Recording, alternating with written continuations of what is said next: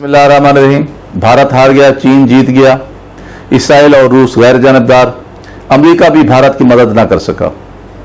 राह की नाकामी और भारत में सिविल मिलिट्री ताल्लुकात कशीदा होने के बारे में रिटायर्ड भारतीय फौजियों का नरेंद्र मोदी को खत।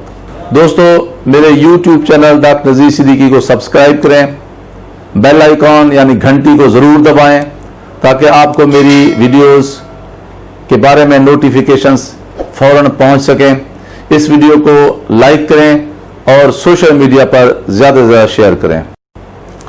अप्रैल से लेकर अब तक गुजरने वाले तकरीबन 3 माह के दौरान भारत की न सिर्फ खूब दुर्गत बनी है बल्कि चीन ने नरेंद्र मोदी की धोती भी गीली कर दी है।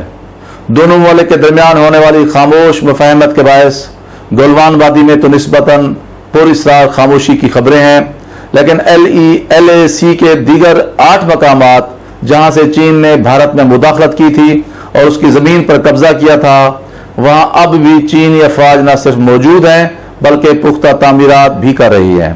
जहां तक गलवान वादी का ताल्लुक है, यहां पर चीन फिंगर 4 से फिंगर 6 तक पीछे हट गया है।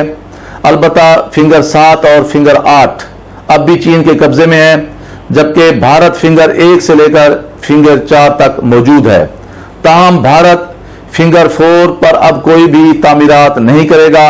हालांकि हालिया तसादम से पहले भारत फिंगर 1 से लेकर फिंगर 8 तक काबिज भी था और पेट्रोलिंग भी करता था। अब जो मुआहदा हुआ है उसकी रोशनी में फिंगर 5 और फिंगर 6 को दोनों ममालिक के दरमियान एक बफर जोन बना दिया गया है, यानी इस पे अब ना तो भारत का कब्जा है और ना ही चीन का कब्जा है।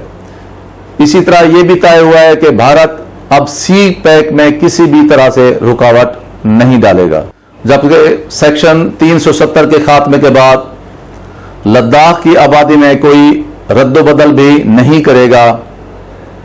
इसके अलावा ताइवान के हवाले से भी चीन की मुखालफत नहीं कर सकेगा।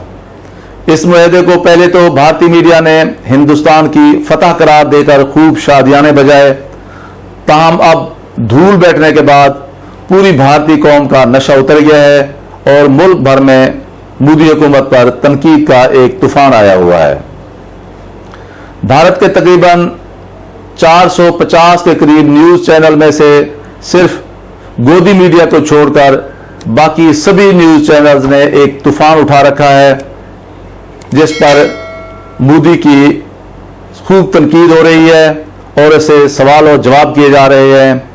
इधर कल ही भारत के तकरीबन 144 के करीब रिटायर्ड फौजी अफसरान ने नरेंद्र मोदी को एक खत लिखा है, जिसमें भारत और चीन के हालिया खामोश मुआहदे पर तनकीद करते हुए एक मुफस्सल इंक्वायरी कराने का मुतालबा किया गया है। खत की तहरीर और जबान से ये लग रहा है कि भारतीय फौज ने ही अपने रिटायर्ड अफसरान से ये खत लिखवाया है, जिसमें ढके छुपे अंदाज में नरेंद्र मोदी के अलावा राजनाथ सिंह और जनरल बिपिन रावत और अजित डोवल पर तनकीद की गई है और भारतीय फौज के मामलात में उन पर मुदाखलत का इल्ज़ाम लगाया गया है। साथ ही खत में भारतीय इंटेलिजेंस एजेंसी रा की नाकामी का रोना रोया गया है और इस नाकामी के लिए अजित डोवल को जिम्मेदार ठहराया गया है। साथ ही ये भी कहा गया है कि मौजूदा हालात में भारत में एक नई इंटेलिजेंस एजेंसी तश्कील दी जाए। इसके अलावा जो बहुत ही सीरियस बात है वो यह है कि इस खत में भारत की सिविल और मिलिट्री ताल्लुकात में मौजूद फासलों और तलखियों का भी जिक्र किया गया है, जिससे भारत की नेशनल सिक्योरिटी को शदीद खतरात लाहक हो गए हैं।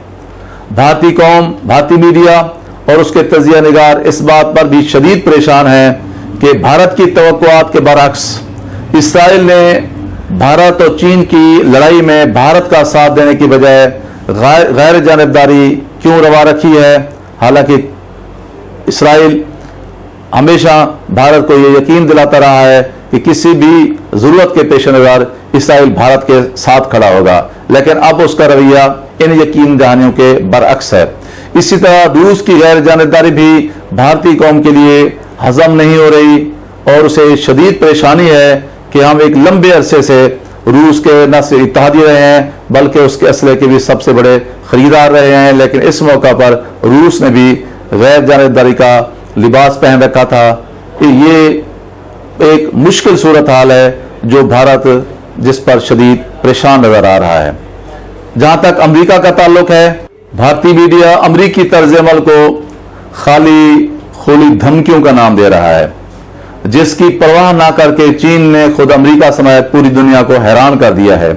हालांकि अमेरिका ने अपने एयरक्राफ्ट कैरियर साउथ चाइना सी में भेजकर चीन पर दबाव बनाने की भी पूरी कोशिश की है, लेकिन चीन ने अमेरिकी दबाव को यकसर मुस्तरद कर दिया है।